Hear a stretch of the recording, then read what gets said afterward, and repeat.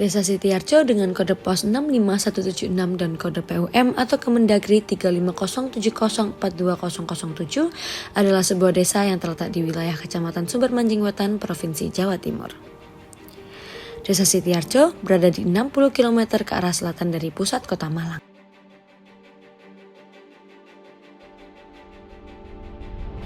Sebelah utara Desa Sitiarjo berbatasan dengan Desa Sumberagung. Sebelah barat Desa Sitiarjo berbatasan dengan Desa Sidodadi dan Desa Gajahrejo. Sebelah timur Desa Sitiarjo berbatasan dengan Desa Kedung Banteng dan Desa Tambarjo. Dan sebelah selatan Desa Sitiarjo berbatasan dengan Samudra Indonesia. Desa Sitiarjo terletak di garis bujur timur 112 derajat 17 menit 10 detik sampai 112 derajat 57 menit 0 detik dan garis lintang selatan 7 derajat 44 menit 55 detik sampai 8 derajat 26 menit 35 detik. Jumlah penduduk Desa Sitiarjo terdiri dari 2.363 kakak dengan jumlah total penduduk 7.521 jiwa. Dengan rincian 3.732 laki-laki dan 3.789 perempuan. Sebagian besar penduduk Desa Sitiarjo mempunyai mata pencaharian sebagai petani sebanyak 2.536 orang setara 76% dari total penduduk. Selain mengolah sawah dan kebun, sebagian besar masyarakat juga memiliki ternak berupa sapi, kambing, ayam, dan lain-lainnya. Hanya sebagian kecil penduduk Desa Sitiarjo yang bermata pencaharian di sektor jasa atau perdagangan sebanyak 483 orang setara 14,5% dari total penduduk. Dan sektor industri 303 orang setara 9% dari total penduduk. Desa Sitiarjo memberikan beberapa fasilitas untuk masyarakatnya seperti fasilitas pendidikan, SMA milik sendiri sebanyak 1, SMP milik sendiri sebanyak 1, SD milik sendiri sebanyak 5, dan TK milik sendiri sebanyak 3. Dan fasilitas peribadahan Desa Sitiarjo seperti masjid sebanyak 3 dan gereja sebanyak 16.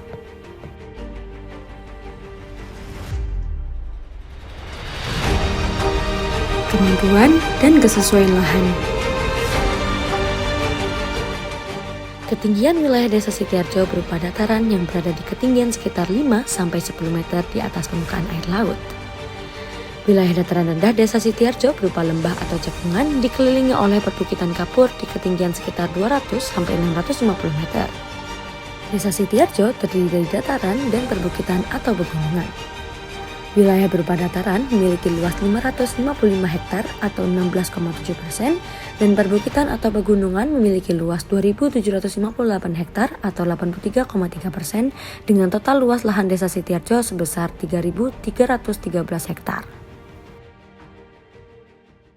Pembagian luas lahan di Desa Sitiarjo diperuntukkan untuk permukiman sebesar 98 hektar, pertanian sebesar 371 hektar, perkebunan sebesar 218 hektar, hutan produksi sebesar 499 hektar, dan fasilitas umum sebesar 83 hektar. Kemiringan lereng Desa Sitiarjo berada pada 0-8%, yang dimana Desa Sitiarjo tergolong ke dalam wilayah yang datar, sehingga menjadikan air sangat mudah menggenangi desa tersebut. Lahan persawahan dan rawa-rawa pada daerah tersebut tidak mampu menampung air limpasan dari hulu sungai Pengeluran. Akibatnya, apabila daerah aliran sungai meluap, maka akan terjadi kerentanan terhadap banjir yang cukup meluas. Kondisi ini membuat Desa Sitiarjo tergenang banjir hampir di setiap tahun. Selain itu, Desa Sitiarjo juga memiliki kerentanan yang tinggi terhadap bencana longsor dan kekeringan.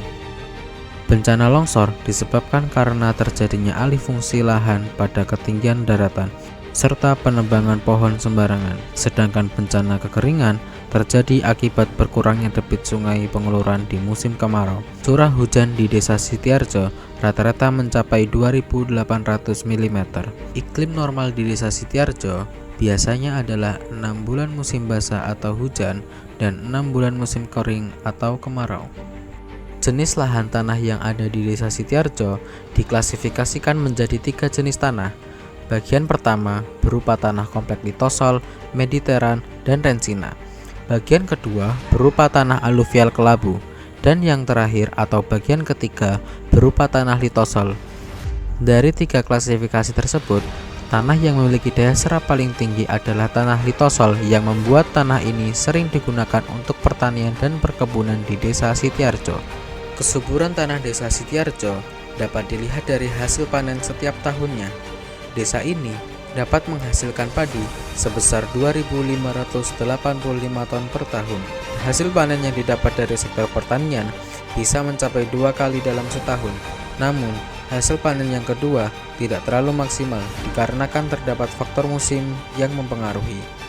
Dari hasil panen tersebut, dapat disimpulkan bahwa jenis sawahnya termasuk sawah basah dengan produktivitas sedang. Untuk kelas tekstur tanah pada masing-masing bentuk lahan, yaitu liat, liat berdebu, lempung liat, berdebu, dan lempung berdebu. Neraca udara dan vegetasi. Untuk neraca udara, tingkat polusi Desa Sitiarjo termasuk kategori sedang dengan polutan PM2,5 dan konsentrasi 16,6 mikrogram per M. Nilai indeks dari Desa Sitiarjo berada di angka 80. Tingkat kelembapan di Desa Sitiarjo mencapai maksimum 96% dan minimum 60%. Kecepatan angin di Desa Sitiarjo berada di kecepatan 8-9 km per jam. Dan daerah tutupan awan di Desa Sitiarjo sebesar 93% dengan ketinggian awannya sejauh 9.100 meter. Ruang terbuka hijau di Desa Sitiarjo memiliki 2 klasifikasi, yaitu privat dan publik, di mana RTH privat Desa Sitiarjo ditanam, dikelola, dan dirawat langsung oleh penduduk setempat, serta berada di perkarangan rumah penduduk. Banyak penduduk yang menjadikan pohon pisang sebagai tanaman di ruang terbuka hijau privat mereka. Dan penduduk Desa Sitiarjo juga mengelola perkebunan berupa kelor, singkong, dan tebu yang menjadi ruang terbuka hijau publik. Selain itu, area pertanian Desa Sitiarjo juga menjadi ruang terbuka hijau publik Desa Sitiarjo. Di Desa Sitiarjo juga memiliki ruang terbuka hijau non-hijau seperti makam dan lapangan. Vegetasi yang sering dijumpai di Desa Sitiarjo antara lain pohon kelapa, setiap pohon menyerap 1056,51 kg CO2 per tahunnya. Pohon pisang menyerap 1.192.320 gram CO2 per harinya. Bambu menyerap lebih dari 60 ton CO2 setiap tahunnya. Dan yang terakhir adalah mangrove menyerap 800 sampai 1.200 ton CO2 setiap tahunnya.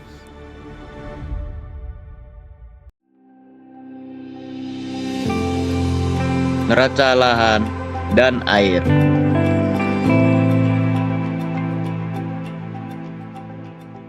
Masyarakat Desa Sitiarjo memiliki berbagai cara dalam memanfaatkan lahan untuk mendukung kehidupan sehari-hari dan mengatasi tantangan lingkungan, terutama risiko bencana banjir yang sering melanda daerah tersebut. Desa tersebut terdapat lahan pertanian yang luasnya 340 hektar dan biasanya penduduk desa tersebut melakukan 2 kali panen per tahunnya. Tidak hanya pertanian yang diutamakan untuk kebutuhan pangan desa tersebut, adapun tebu dan jagung juga yang berpotensi menguntungkan dan membantu meningkatkan kesejahteraan ekonomi masyarakat dan memperbaiki kualitas hidup mereka. Desa Sitiarjo memiliki beragam jenis perkebunan yang dikelola oleh masyarakat setempat, yaitu ada kelapa, pisang, pepaya, dan bambu.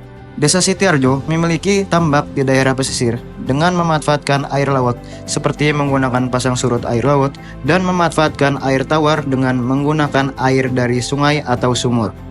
Di Desa Sitiarjo terdapat beberapa jenis peternakan yang dikelola oleh masyarakat setempat, yaitu sapi, kambing, ayam, dan entok.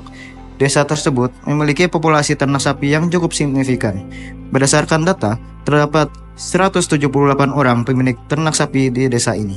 Sungai di Desa Sitiarjo, terutama Sungai Penguluran dan Sungai Embambang, memainkan peran penting dalam kehidupan masyarakat setempat. Di Desa Sitiarjo, sumber mata air utama berasal dari air tanah yang diperoleh melalui sumur gali atau sungai. Kedalaman sumur gali di Desa Sitiarjo biasanya berkisar antara 5 hingga 15 meter. Umumnya, sumur-sumur ini adalah sumur gali tradisional.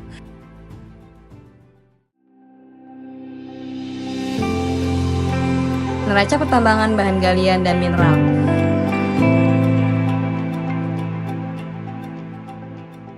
Desa Sitiarjo berada di kawasan yang batuannya adalah batu gamping sehingga membentuk lahan karst. Secara umum, perkembangan tanah di kawasan karst terbentuk pada daerah yang tersusun atas batuan karbonat seperti gamping, dolomit, dan juga gipsum. Secara garis besar, Desa Sitiarjo tidak banyak memiliki bahan galian dan mineral. Akan tetapi, desa ini memiliki kekayaan mineral non-logam berupa fosfat, di mana salah satu nilai guna dari fosfat yaitu sebagai pupuk alami maupun buatan untuk tanah yang asam. Fosfat juga membantu tanaman dalam proses fotosintesis, membentuk akar yang sehat, dan meningkatkan produksi buah. Menurut kepala desa, sebelumnya pernah dilakukan pengerukan sungai sedalam 5 meter untuk dicari pasir tambangnya. Tetapi, tidak bisa karena pasir tambang tersebut kembali ke bentuk asal yaitu pasir berlumpur.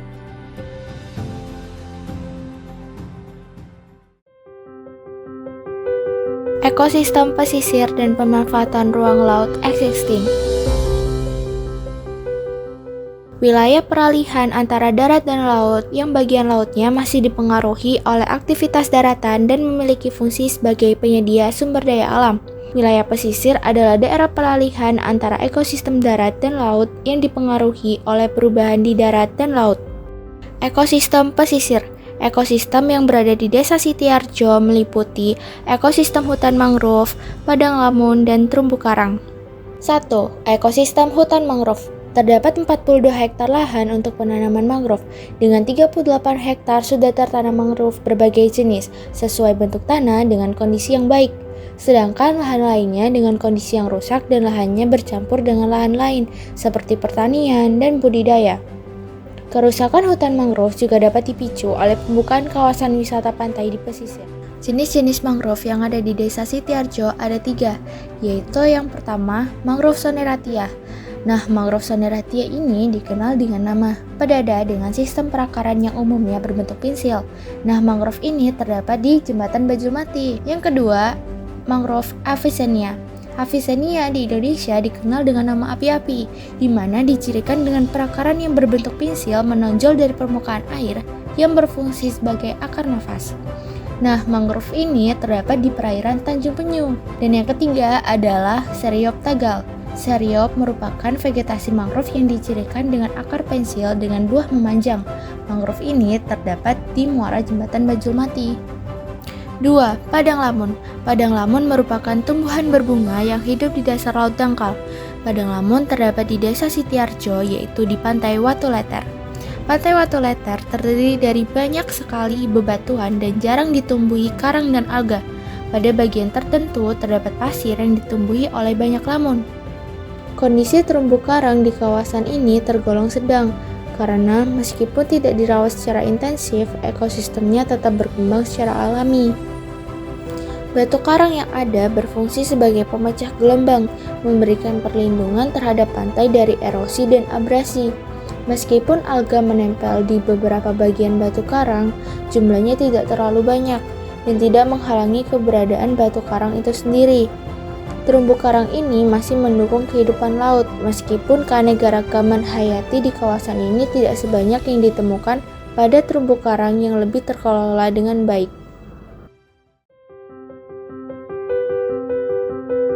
Batimetri.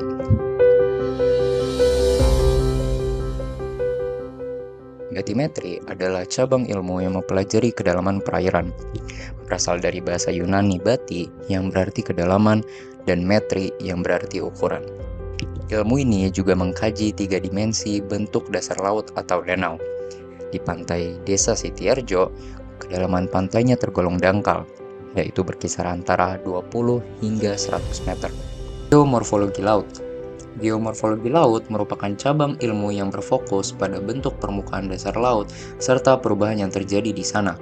Geomorfologi ini terbagi menjadi 2 bagian utama, yaitu substrat dasar laut dan deposit pasir laut. Substrat dasar laut di Desa Sitiarjo didominasi oleh pasir berjenis biogenes. Pasir biogenes ini terbentuk dari pecahan karang, sisa-sisa rangka, dan cangkang organisme laut yang telah mati. Ini menunjukkan bahwa sedimen dasar laut sekitar Desa Sitiarjo sangat dipengaruhi oleh kehidupan laut di sekitarnya. Karakteristik sedimen yang ditemukan mencerminkan hal tersebut, dengan adanya banyak pecahan karang dan sisa-sisa organisme laut sebagai komponen utama dari sedimen biogenes. Hasil studi menunjukkan bahwa komposisi sedimen di daerah ini didominasi oleh pasir dengan proporsi sebesar 97,9%. Sementara gravel atau kerikil hanya menyumbang 2,1%. Hal ini menegaskan bahwa pasir merupakan komponen utama substrat di wilayah ini. Di pantai Desa Setiarjo sendiri, substrat pasir didominasi oleh pasir putih halus yang menutupi permukaan pantai, memberikan karakteristik unik pada wilayah tersebut. Lebih lanjut, analisis yang tersedia mengungkapkan bahwa 66,33% dari pasir di wilayah ini adalah pasir halus, berdasarkan metode Adden-Wentworth. Sementara itu, metode Shepard menunjukkan kandungan pasir halus sebesar 54,7%. Meskipun terdapat sedikit perbedaan antara kedua metode tersebut, hasilnya secara umum menunjukkan bahwa pasir halus mendominasi komposisi sedimen di area pantai Desa Setiarjo.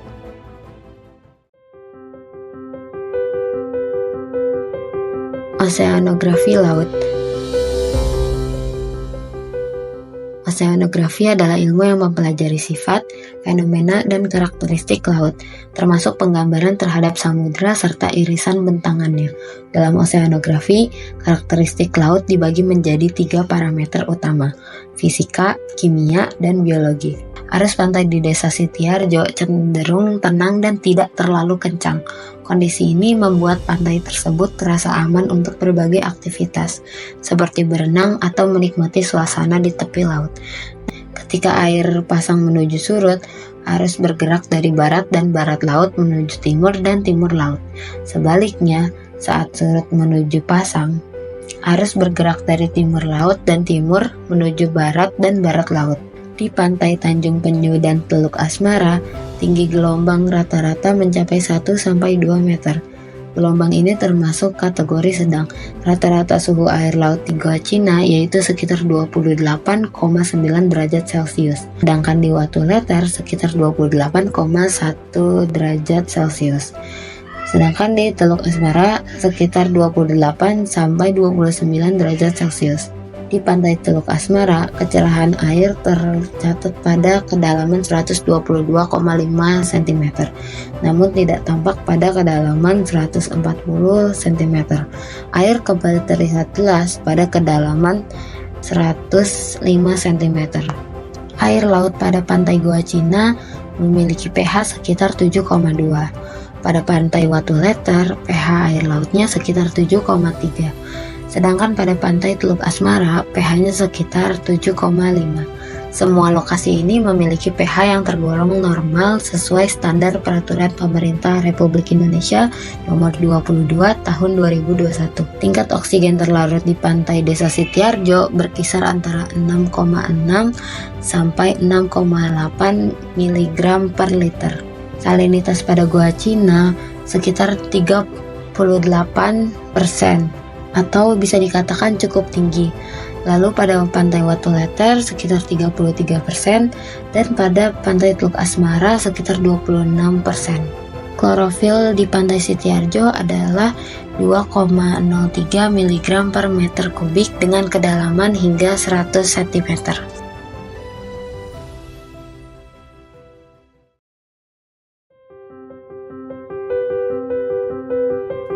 Sumber daya perikanan dan kesesuaian zona pariwisata. Penangkapan ikan biasanya dilakukan antara bulan Mei hingga bulan Oktober, di mana bulan tersebut adalah periode terbaik untuk menangkap ikan di daerah ini. Jenis ikan yang dominan ditangkap di daerah ini antara lain adalah ikan kakap dan juga ikan tongkol. Dalam satu hari, nelayan seringkali berhasil menangkap sekitar 10 kg ikan. Kesesuaian zona pariwisata. Pantai Tanjung Penyu dikenal dengan kebersihan yang terjaga, pengelolaan fasilitas wisata yang baik, serta popularitasnya yang tinggi. Namun, ada beberapa kekurangan, seperti sulitnya akses jaringan internet, jumlah penjaga pantai yang terbatas, dan juga kondisi terumbu karang yang masih kurang terawat. Selain itu, jalan menuju gerbang loket masih berupa jalan berbatu, yang dapat mengurangi kenyamanan pengunjung. Meskipun demikian, pantai ini menawarkan beberapa aktivitas yang menarik, seperti berselancar, konservasi penyu, dan juga berkemah. Berlokasi hanya 36 km dari pusat Kabupaten Malang dan 2,3 km dari pantai Watu Leter. Pantai Gua Cina memukau dengan keindahan alam, terutama air laut yang biru, jernih, dan kawasannya relatif bersih. Meskipun demikian, pengelolaan sampah di pantai ini masih perlu diperbaiki. Di pantai ini, wisatawan dapat menikmati berbagai kegiatan, seperti mengunjungi gua kecil, berkemah di pinggir pantai, serta menikmati wisata kuliner khas daerah pesisir. Akses yang mudah membuat Pantai Gua Cina menjadi pilihan favorit wisatawan. Baik dengan sepeda motor maupun mobil, perjalanan menuju pantai ini terasa nyaman. Terletak 30 km dari Kabupaten Malang. Pantai Teluk Asmara. Pantai Teluk Asmara memiliki daya tarik yang sangat luar biasa, mulai dari gugusan pulau berbentuk hati, keindahan bawah laut, hingga fenomena matahari terbenam yang mempesona. Pasir putih bersih dan ombak yang tenang menjadikan pantai ini tempat yang ideal untuk berbagai aktivitas. Namun, pengelolaan sampah di kawasan ini masih menjadi tantangan, terutama untuk sampah organik yang belum dimanfaatkan lebih lanjut. Pantai Teluk Asmara memiliki akses jalan yang mulus dan lebar. Baik sepeda motor maupun mobil dapat melintas dengan mudah menuju lokasi ini. Berjarak sekitar 39 km dari Kabupaten Malang. Pantai Watu Leter. Pantai Watu Leter dikenal sebagai tempat pendaratan penyu untuk bertelur, dengan keindahan pulau-pulau kecil dan air laut yang jernih. Potensi ekowisata di pantai ini sangatlah besar, terutama dalam hal pelestarian penyu, ditambah dengan fasilitas naik perahu dari muara. Namun, pantai ini masih kurang dikenal wisatawan, dan keberadaan bulu babi di perairan menjadi tantangan bagi kenyamanan pengunjung. Di pantai ini, pengunjung bisa menikmati berbagai kegiatan seperti konservasi penyu dan juga berkemah di tepi pantai. Hanya berjarak 37 km dari Kabupaten Malang dan 500 meter dari Pantai Gua Cina, Pantai Watu Leter adalah surga kecil yang menanti untuk dijelajahi.